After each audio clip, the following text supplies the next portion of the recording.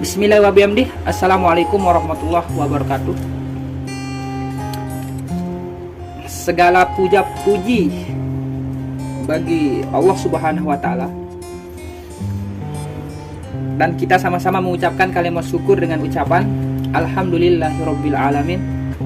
Sholawat beriringan salam kepada Rasulullah Shallallahu Alaihi Wasallam dengan ucapan Allahumma sholli ala Sayyidina Muhammad wa ala alihi Sayyidina Muhammad.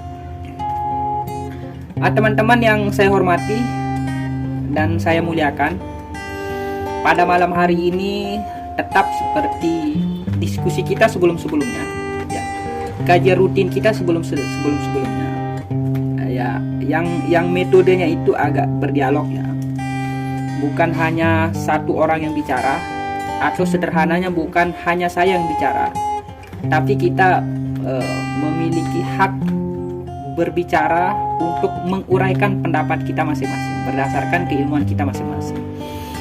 Dan bukan berarti apa yang saya ucapkan ini adalah kebenaran mutlak, karena kita sama-sama ciptaan Tuhan, dan saya berkeyakinan bahwa setiap manusia punya pandangan terutama tentang tema kita diskusi pada malam hari ini. Oke, apresiasi kepada teman-teman yang berkesempatan hadir dan secara sadar digerakkan kaki dan dibuka hatinya untuk datang membentuk dan mengembangkan diri di kajian rutin kita ini, terutama menambah kapasitas keilmuan kita, ya. Teman-teman, diskusi kita malam hari ini sekali lagi agak berdialog. Cuman saya ingin memberikan pengantar sedikit, ya. Selebihnya nanti kita akan kupas bersama, ya, apa sub-sub dan apa substansi dari tema malam hari ini. Nah, teman-teman, tema kita malam hari ini adalah keharusan universal dan kemerdekaan individu. Nah, cuman kita harus mengetahui dulu secara definisi, ya. Mungkin kalau berdasarkan KBBI atau berdasarkan pendapat ahli mungkin agak sedikit memakan waktu. Cuman kita lebih kepada secara penalaran aja, secara logika aja. Bagi saya, kita harus memisahkan dulu kata-kata sehingga itu tersambung menjadi kalimat. Mulai dari keharusan, kemudian universal, kemerdekaan individu. Saya ingin memulai dari keharusan. Keharusan itu, teman-teman, bagi saya itu dibagi jadi dua. Yang pertama ada secara antroposentrisme, dan yang kedua ada secara teoposentrisme. Antroposentrisme itu artinya pusat segala kegiatan dan aktivitas manusia itu, ya, berdasar atau bersumber dari manusia itu sendiri. Nah, jadi yang saya maksud di keharusan di antroposentrisme ini adalah ada keharusan yang dibentuk oleh manusia itu sendiri untuk manusia, dengan tujuan untuk menjalankan efektivitas kehidupan bersosial bermasyarakat. Kalau kita lihat misalkan, teman-teman, secara negara misalkan, negara itu dia punya semacam keharusan yang disebut dengan undang-undang. Undang-undang itulah sebagai rule of game, aturan main, itu secara individu dengan individu lainnya, individu dengan lembaga, individu dengan negara.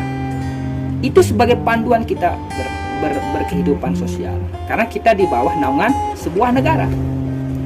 Kalau di Indonesia misal, kita sudah mengetahui Pancasila.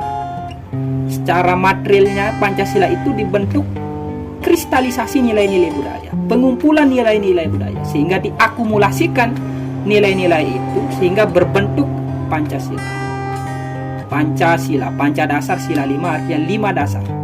Sehingga undang-undang yang ada di bawahnya itu tidak boleh bertentangan sama undang-undang di atas. Itu banyak orang yang memberikan istilah stat fundamental norm. tata negara fundamental dasar, norma dasar. Itu yang saya maksud dengan antroposentrisme dalam konteks keharusan. Bahwa keharusan yang saya maksud di situ adalah sudah disepakati oleh banyak pihak, oleh banyak orang, terutamanya oleh manusia itu sendiri, sebagai panduan dalam berkehidupan sosial ataupun bermasyarakat, dengan tujuan sekali lagi supaya kita keadilan, kemudian ada manfaat segala macam. Nah, jadi keharusan secara manusia itu teman-teman, itu dibentuk oleh manusia. Tapi itu harus, jika kita tidak melakukan dan jika kita tidak mengikuti keharusan yang dibentuk secara tertulis, secara teks itu, maka kita akan diberikan konsekuensi, diberikan hukum, diberikan sanksi. Sebagaimana kalau misalkan di Indonesia itu pasal 1 ayat 3 substansinya adalah negara Indonesia negara hukum. Artinya segala peristiwa hukum akan diberikan sanksi secara hukum, karena itu bersifat keharusan. Nah, kemudian yang kedua teman-teman, tadi yang pertama itu kan masalah antroposentrisme, sama yang kedua teoposentrisme. Yang kedua teman-teman bicara masalah keharusan yang bersumber dari Tuhan. Dalam hal ini yang saya maksud itu Allah Subhanahu wa Ta'ala. Setiap manusia yang berkeyakinan, yang menyerahkan dirinya kepada keyakinannya itu, yang hari ini kita sebut dengan iman ya. Bukan hari ini sih, dari dulu sih. Maka kita harus mengikuti kepada tempat kita menyandarkan diri. Karena kita sudah memberikan semuanya terhadap tempat kita beriman. Entah kita beriman kepada Tuhan mungkin, itu tergantung individu ya. Nah, tapi saya ingin mengkorelasikan, saya ingin lebih perkuat bahwa yang dimaksud di sini masalah Islam ya. Kalau kita sudah beriman, maka kita secara otomatis sudah menyerahkan diri kepada Tuhan, kepada Allah Subhanahu wa Ta'ala. Konsekuensi kita menyerahkan diri, maka aturan-aturan yang dibuat oleh Tuhan itu sendiri pun harus kita ikuti. Itu yang dimaksud dengan keharusan. Contoh seperti sholat misalnya. Ini dalam hal agama Islam ya. Kemudian secara puasa segala macam. Itu keharusan. Jika kita tidak melakukan itu, maka konsekuensinya sudah dicatat di dalam panduan yang kalau di dalam Islam itu disebut Al-Quran. Al-Quran itu ditulis oleh para sahabat ya.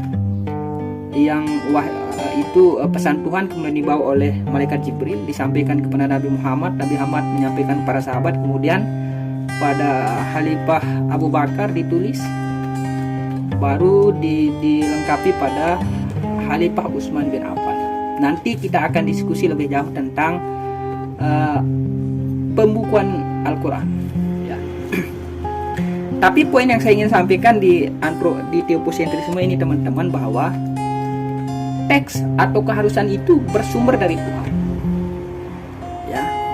Nah, dalam hal ini teman-teman, yang bersumber dari Tuhan pun dibagi menjadi dua. Ada itu keharusan yang tidak bisa diubah. Ada pula keharusan yang ditentukan oleh diri sendiri. Kalau sederhananya itu ada ikhtiar, kemudian ada takdir. Takdir itu ketentuan Tuhan, tinggal manusia menerima dari ketentuan Tuhan. Contoh mati misalkan, kita tidak bisa lobby bahwa kita itu mungkin hari ini mati kata Tuhan, tapi enggak bisa dong hari ini karena saya ada agenda misal, besok aja, enggak bisa, karena itu keharusan yang harus dilakukan dan harus ditetapkan. Nah, kemudian keharusan secara ikhtiar ini teman-teman, Tuhan itu sudah memberikan opsi, sudah memberikan pilihan, ini baik, ini buruk. Cuman yang menetapkan di mana dan kemana kita mengarahkan diri itu ya diri kita pribadi. Makanya tema kita malam hari masalah kemerdekaan individu. Itu yang saya maksud teman-teman, bahwa kemerdekaan individu itu lebih kepada pilihan. Kalau bahasa baratnya itu life is choice, hidup ini pilihan. Kalau kita ingin sholat misalkan, maka hukumannya ini. Kalau kita tidak sholat, hukumannya ini. Tapi sekali lagi Tuhan sudah menyiapkan opsi-opsi. Nah, jadi poinnya teman-teman, ada keharusan, sekali lagi kita tidak bisa membantah dan kita hanya bisa pasrahkan diri kepada ketentuan Tuhan. Dan ada pula Tuhan menyerahkan kepada manusia. Yang saya sebut tadi itu kemerdekaan individu. Sederhananya ikhtiar. Mungkin ini dulu pengantar teman-teman ya. Selebihnya kita akan berdiskusi dan mungkin ada pertanyaan atau mungkin ada referensi lain tentang hal ini. Supaya lebih menarik dan tidak membosankan, nanti kita berdiskusi panjang lebar ya. Saya tutup dengan ucapan Assalamualaikum warahmatullahi wabarakatuh.